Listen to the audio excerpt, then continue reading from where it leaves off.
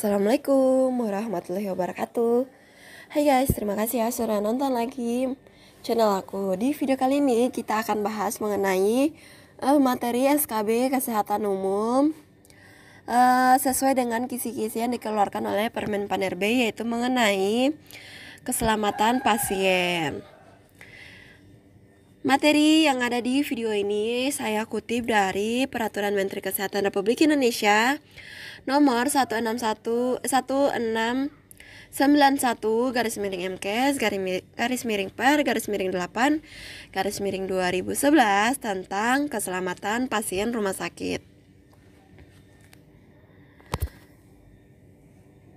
Sebelum kita masuk di materi atau videonya, bagi teman-teman jangan lupa untuk dukung dulu channel aku dengan cara subscribe. Dan bagi teman-teman yang suka pada video ini, kalian bisa like, kalian juga bisa komen di bawah konten apa selanjutnya akan kita bahas. Dan bagi teman-teman jangan lupa untuk menyalakan notifikasi lonceng agar teman-teman tidak ketinggalan video-video selanjutnya akan saya upload. Selamat belajar.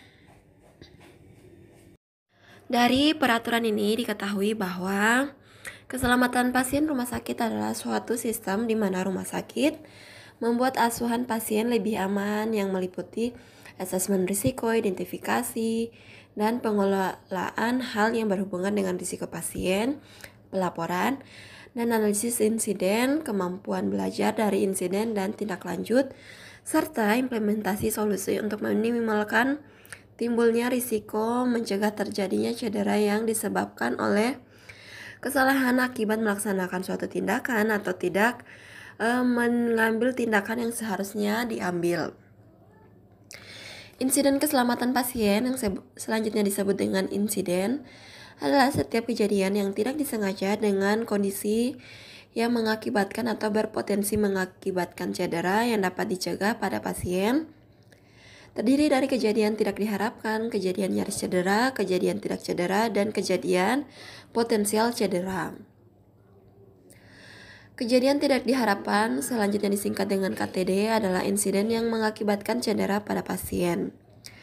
Kejadian nyaris cedera, selanjutnya disingkat dengan KNC, adalah kejadian insiden yang belum sampai terpapar ke pasien. Kejadian tidak cedera, selanjutnya disingkat KTC, adalah insiden yang sudah terpapar ke pasien tetapi tidak muncul atau tidak timbul cedera. Sedangkan kondisi potensial cedera adalah atau disingkat dengan KPC adalah kondisi yang sangat berpotensi untuk menimbulkan cedera tapi belum terjadi insiden. Kejadian sentinel atau suatu kejadian tidak diharapkan yang mengakibatkan kematian atau cedera yang serius. Pelamporan insiden keselamatan pasien yang disebut dengan pelaporan insiden adalah suatu sistem untuk mendokumentasikan laporan insiden keselamatan pasien, analisis, dan solusi untuk pembelajaran.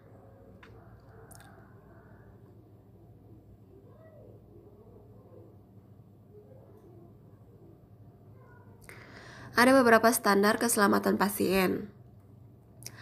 Pertama, setiap rumah sakit wajib menerapkan standar keselamatan.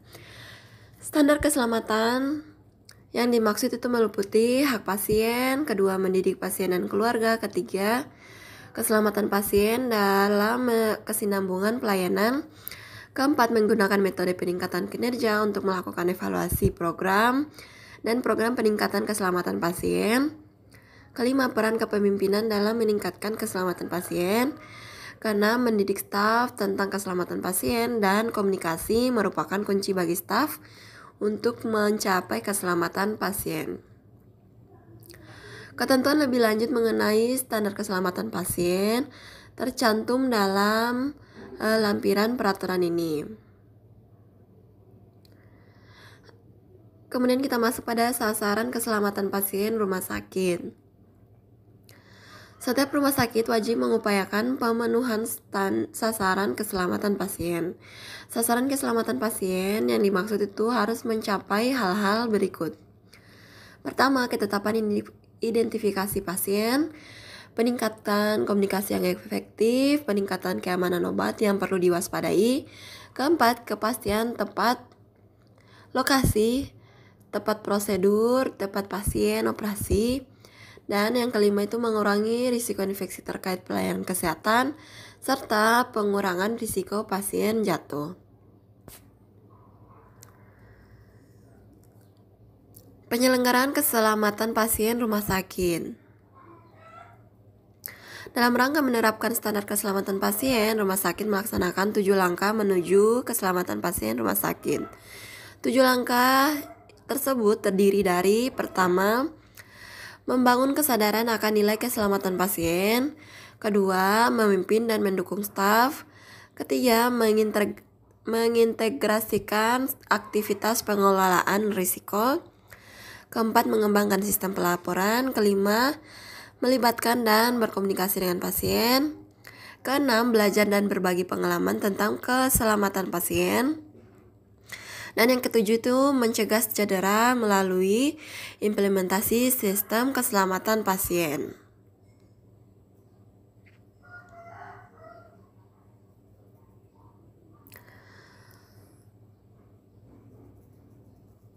Untuk asosiasi perumahsakitan dan organisasi profesi kesehatan wajib berperan serta dalam persiapan penyelenggaraan program keselamatan pasien rumah sakit.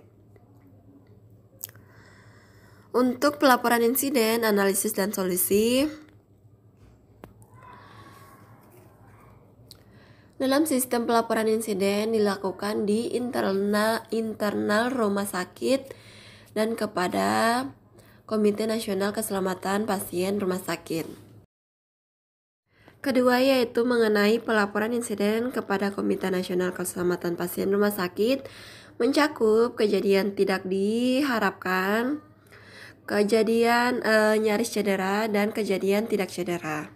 Dilakukan setelah analisis dan mendapat rekomendasi dari solusi TKPRS.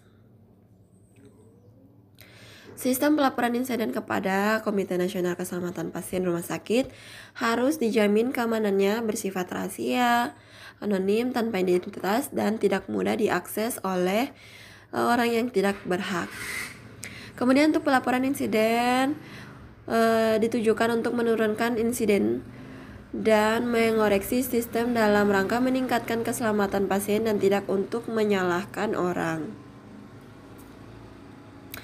Setiap insiden harus dilaporkan secara internal kepada TKPRS dalam waktu paling lambat itu 2x24 jam sesuai format laporan sebagaimana yang tercantum dalam formulir pertama di peraturan ini. TKPRS melakukan analisis dan memberikan rekomendasi serta solusi atas insiden yang dilaporkan. Kemudian TKPRS kemudian melaporkan hasil kegiatannya kepada kepala rumah sakit. Setelah rumah sakit mendapat laporan, kemudian laporan tersebut harus melaporkan rumah sakit tersebut harus melaporkan insiden, analisis, rekomendasi, dan solusi kejadian tidak diharapkan tersebut secara tertulis kepada Komite Nasional Keselamatan Pasien Rumah Sakit atau KNKKPRS sesuai dengan laporan sebagaimana yang tercantum pada formulir 2 di peraturan ini. Setelah itu, Komite Nasional Keselamatan Pasien Rumah Sakit atau KNKPRS melakukan pengkajian dan memberikan umpan balik atau feedback dan solusi atas laporan secara nasional. Untuk pembinaan dan pengawasan keselamatan pasien ini, Menteri, pemerintah daerah provinsi, pemerintah daerah kabupaten atau kota secara berjenjang melakukan pembinaan dan pengawasan terhadap kejadian keselamatan pasien di rumah sakit sesuai dengan tugas dan fungsinya masing-masing. Dalam melaksanakan pembinaan dan pengawasan, Menteri, Kepala Dinas Kesehatan Provinsi, dan Kepala Dinas Kesehatan Kabupaten atau Kota mengikutsertakan asosiasi perumahsakitan dan organisasi profesi kesehatan. Kepala rumah sakit secara berkala wajib melakukan pembinaan dan pengawasan kegiatan keselamatan pasien yang dilaksanakan oleh TKPRS.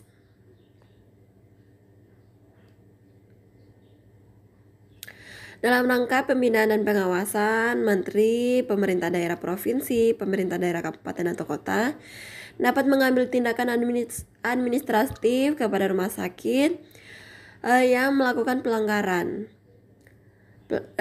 Sanksinya itu berupa teguran lisan, bisa teguran tertulis, atau penundaan atau penangguhan perpanjangan izin operasional. Sekian dulu video saya mengenai keselamatan pasien. Semoga teman-teman bisa mengerti dan bisa bermanfaat. Dan semoga bagi teman-teman yang akan melaksanakan SKB bisa tetap semangat dan belajar, harus optimis dan berdoa. Sekian, sampai jumpa di video selanjutnya.